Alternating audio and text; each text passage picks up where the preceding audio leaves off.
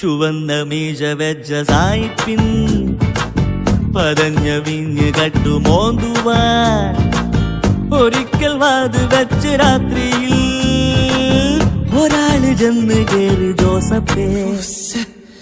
അകത്തു ചെന്നു കണ്ട കാഴ്ചയിൽ കുടിച്ച കള്ളിറങ്ങി അന്നവൻ കിഴക്കുവെള്ള കീറുവോളവും മിഴിച്ചു നിന്നു പോയി മോസസേ. വൈൻ തിരഞ്ഞ ചങ്ങാതി അന്ന് കണ്ടതെന്താണ്? അത് വയനിലിരട്ടി ലഹരി പകരും വേറെ ഒന്നാണ്.